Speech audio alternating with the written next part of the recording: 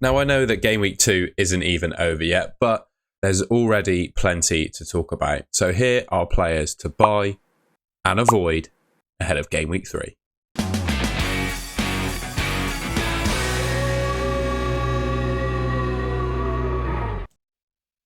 Sorry, that was my smug face from the Haaland triple captain haul earlier. Man City, right? That's the first thing I wanted to talk about. Their fixtures over the next 5 game weeks, from an attacking perspective in particular, I think are pretty good. The Arsenal one at home, questionable, I'll admit, but the other 4 around it are really, really good, and they look in really good goal scoring form. West Ham, Brentford, Arsenal, Newcastle, Fulham. Those are the clean sheet odds at the top. I don't actually think those are looking too bad either, but the projected goals according to 11FI is where I'm really interested. All bar match day 5 when they play Arsenal, they're expected to score over 2 goals, and in half of those fixtures, they're expected to score over 2.5 goals. So for their attacking players, I think there are so many points available. In terms of who I would actually pick from Man City, I've kind of tiered it in 3 different ways. I've got like my great picks, players I think that are decent, and players that I would avoid. In terms of the great picks, I think you've got Haaland, Guardiola, Foden and KDB. Kevin De Bruyne, obviously. Guardiola, I think, is probably the most nailed of the Man City defenders. However, with Rico Lewis being in the team at the moment, Rico Lewis seems to be the one that's playing like more advanced in that traditional Pep inverted fullback kind of attacking role that we did see Guardiola in last season. So that's definitely one observation to point out there. Guardiola is not as attacking as he was last season when Lewis is in the team. But for me personally, I think it's only a matter of time before Walker gets some minutes. Although Lewis has been really good for Man City.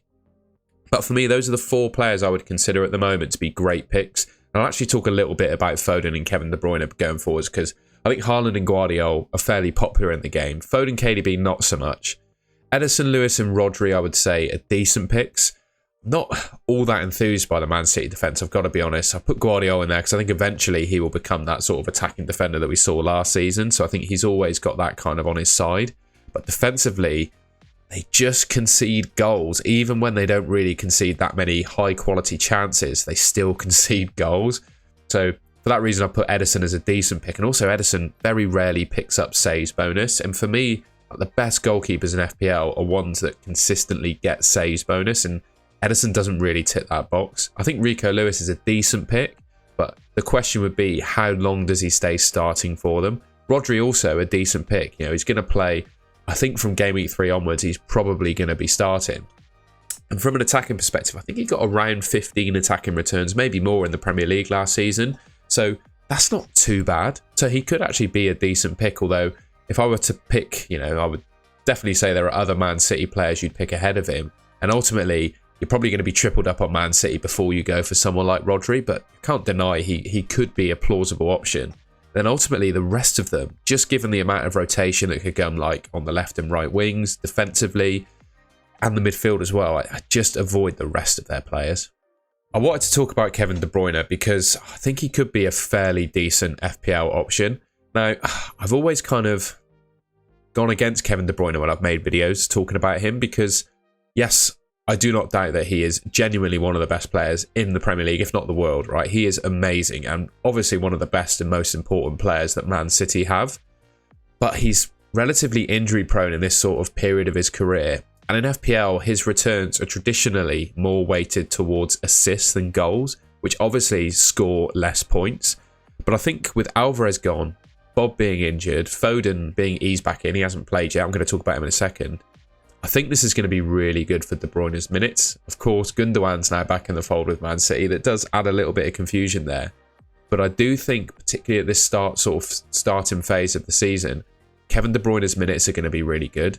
And his underlying numbers in the 2 games he's played so far and the games that he played last season, he basically gets an attacking return per start. That's what he's putting up over the course of the last couple of seasons. So with all that in mind, for 9.5 million, I think he could be a really nice option. And, you know, not many people are going to have him. I think he's a nice differential too. Unfortunately, Phil Foden missed out in Game Week 2, not because he wasn't, he wasn't fit, he was ill. He was ill, basically. That's why he missed out on Game Week 2. That's what Pep said.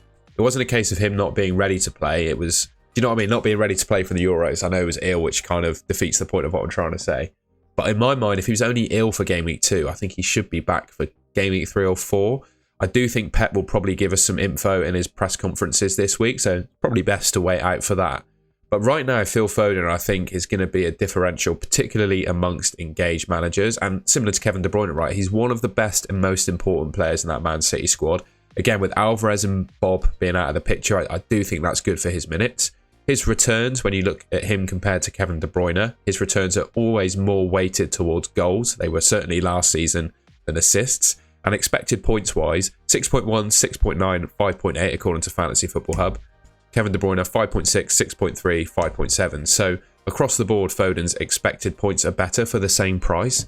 And I would also suggest, given a better injury record and being younger, I think he can get away with playing more minutes than Kevin De Bruyne as well. I do think his expected minutes will be better. So I like KDB and Foden, but I probably think Foden is better. However, obviously, given that Foden missed game week 2, we need some info in those press conferences. But I can't deny both of them going to be a nice differential, and both of them going to be good options. I also think Liverpool are going to be really strong over the next 5, particularly from an attacking perspective. Man United away, who have basically looked like the Man United of last season in my mind. Nottingham Forest, Bournemouth, Wolves and Crystal Palace. Forest and Bournemouth, I'd say, are slightly better than Wolves and Palace, but they're both at Anfield. And then Wolves and Palace away from home. Palace conceded in both of those games so far. Wolves, haven't really seen a whole lot from them so far this season. I think Liverpool can put goals past anyone at Anfield, particularly Nottingham Forest and Bournemouth. So I really like those upcoming fixtures for Liverpool from an attacking perspective. And the 11 of 5 projected goals agree with that too. In all 5 of those fixtures, bar the one against Crystal Palace, but 1.9 is pretty close to 2. I'd pretty much say they're projected to score 2 or more goals. I think that looks really good for them from an attacking perspective. And similar to what I did with the Man City players, I'm just going to talk through who I think are good options from Liverpool. In my mind, there are really only 2 great picks. That's the only shame really for me about Liverpool. Salah and Trent are they're going to play every game in my mind. And we all know their strengths, right? Salah is probably the best asset in FPL history. Liverpool's just absolute talisman. Hasn't played yet at the time that I'm recording this video, but he had a great game in my mind against Ipswich in game week 1. Looked ripe and ready to go this season. Obviously on penalties, a little bit selfish, which certainly helps him from a fantasy perspective. And yeah, I just think he's absolutely great. Trent, again, he's one of those players that you can guarantee will get returns through 3 different means. He'll get some goals, he'll get a decent amount of assists, and Liverpool will keep clean sheets across the season. But then you get down to the decent picks, and that's where it becomes a little bit, I would say, a bit of a guessing game for Liverpool. They have so many options in those frontline positions. I'd really say Jota is the only one outside of Salah I'd consider. A lot of people obviously already have him in their teams. I put Quansah in there, but he's been a little bit disappointing. Virgil van Dijk's going to play every game, but he's not really going to get you that many attacking returns. Darwin Núñez, I do think there's a point of the season where he comes in and starts scoring goals, but that's probably not right now. Robertson, I think, is really decent as well. $1 million cheaper, I believe, than Trent. His attacking output last season in terms of underlying numbers was actually better than Trent's, but I would say he's slightly less nailed on in that position and also a bit more injury prone these recent years. And just in general, I know he had better numbers than Trent did last season, but I don't think he's as good as Trent as a player. Alisson, I think, is decent. He's going to get a good amount of saves across the season, and Liverpool, I think, are going to keep a decent amount of clean sheets. They always do. And then Szoboszlai, I think, is pretty solid to play every game and have some attacking output. I just don't think he's going to be all that exciting, and I'd probably pick someone else over him. But yeah, that's kind of my view on the Liverpool players. I'm taking a little bit of a risk here talking about Aston Villa because their game against Arsenal has not actually kicked off yet. But I think regardless of the outcome and what happens in that game, I don't think you can deny that Aston Villa are going to be decent for the next 5 game weeks. Those fixtures are really, really nice. The next 4, Leicester, Everton, Wolves, Ipswich.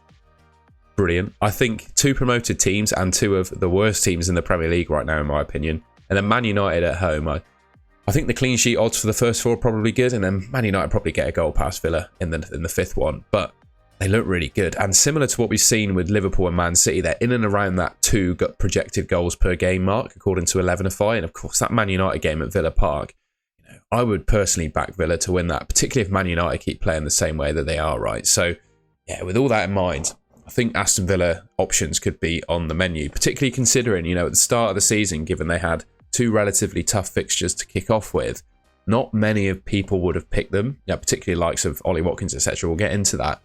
So a lot of their options could well be quite nice differentials. So talking about Aston Villa, I thought would be quite good for this video. So yeah, in terms of who I would pick from Villa, I think you've got 4 players in their squad at the moment that I would class as genuinely great FPL picks right now. Ollie Watkins is obviously their absolute talisman.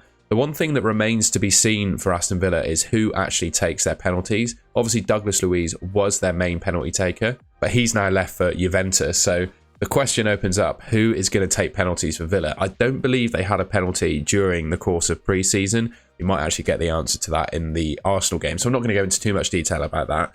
But if it is Watkins, he is a little bit expensive in my mind, considering the returns that he got last season, because I don't necessarily think he'll quite replicate the numbers he did last season, particularly in terms of assists. I think 20 goals is possible for him, but he got 18 assists last year, and I just don't think he's quite going to get that level of assist. But if he is on penalties, he becomes a really nice option. Morgan Rogers, of course, at 5 million.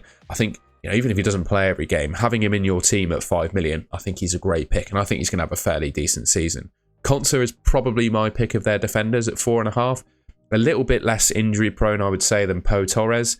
And yes, he's not as exciting as the fullbacks, but I do just think he probably plays every game.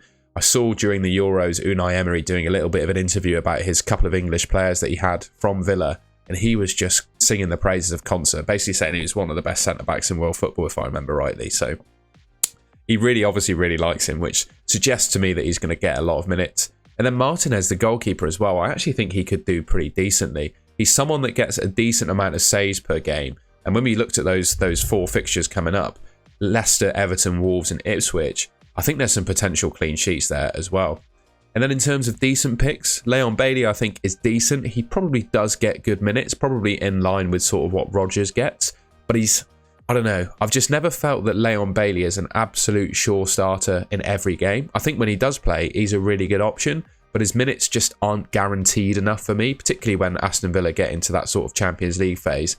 It's going to become a little bit more difficult for them. Luca Dean I think is decent, but again, just a little bit injury prone. Same with Pau Torres. I think they are the first choice players in their respective positions for the team, but they are just a little bit too injury prone for me to be picking them in FPL. And then John McGinn, I mentioned him because, well, again, you might find out in the Arsenal game and this becomes a bit null and void, but he takes the penalties for the Scotland national team, which makes me think that the first choice penalty taker for Villa is between Watkins and McGinn, with Douglas Luiz being gone. So if John McGinn's on penalties, we all remember Douglas Luiz was the genuine pickable FPL option last season with him being on penalties. In my mind, the same should kind of apply for John McGinn too. And probably I would avoid all the other Aston Villa players. I think really those great picks and decent picks are kind of the ones you should be looking at. Let me know though in the comments if I've missed anyone. Finally, I just wanted to bash Man United for a bit actually. They have been not very good, I don't think, to start the season off. Yes, they got a win against Fulham, but I don't think they were all that convincing in that game. And to be honest, I didn't even expect them to get a result against Brighton. Obviously, they didn't. I don't think there are any great picks amongst this Man United squad at the moment, particularly when they don't have a centre defensive midfielder. I think if they get a centre defensive midfielder in before the transfer deadline, they will actually keep clean sheets. But their team is so restricted with their midfield. It just seems to be so open every time I see them play. In terms of decent picks, I genuinely think there are only 2. Bruno Fernandes is obviously decent, but he's putting up the numbers, he's making the chances, but his finishing's not been all that great, and also his teammates are not that great at finishing either. So he's putting up all these chances for his teammates, but they're just not finishing them. So it's a really frustrating player to own, but if you had him, I would probably keep hold of him just for maybe a couple more weeks and just keep the faith, because there's always a chance for penalties coming, and he's just creating so many chances that eventually he's going to get some assists and of course goals, because he's getting on the end of chances as well. I do really like Onana too. I like I said when talking about Edison at the start, I don't like goalkeepers that just get clean sheets, because I think the best scoring goalkeepers in FPL are ones that get consistent saves bonus but also keep clean sheets. And I think Onana kind of ticks the box of, hasn't necessarily done it in the first couple of games, but should tick the box of a goalkeeper that keeps an average amount of clean sheets. I'd be surprised if Man United kept under 10 clean sheets this season, particularly if they buy a CDM. And he's also a player that gets a lot of saves as well. And I think come towards the end of the season, he will emerge as one of the top scoring goalkeepers in the game. You might disagree with that opinion, but that's just where I'm coming from on it. So ultimately, I think there are really only 2 pickable players from that Man United squad at the moment. Let me know in the comments if you disagree, and I'd probably avoid all the others.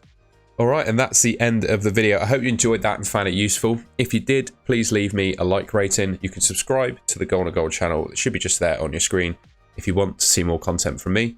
Thank you very much for watching, and I'll catch you in my next video.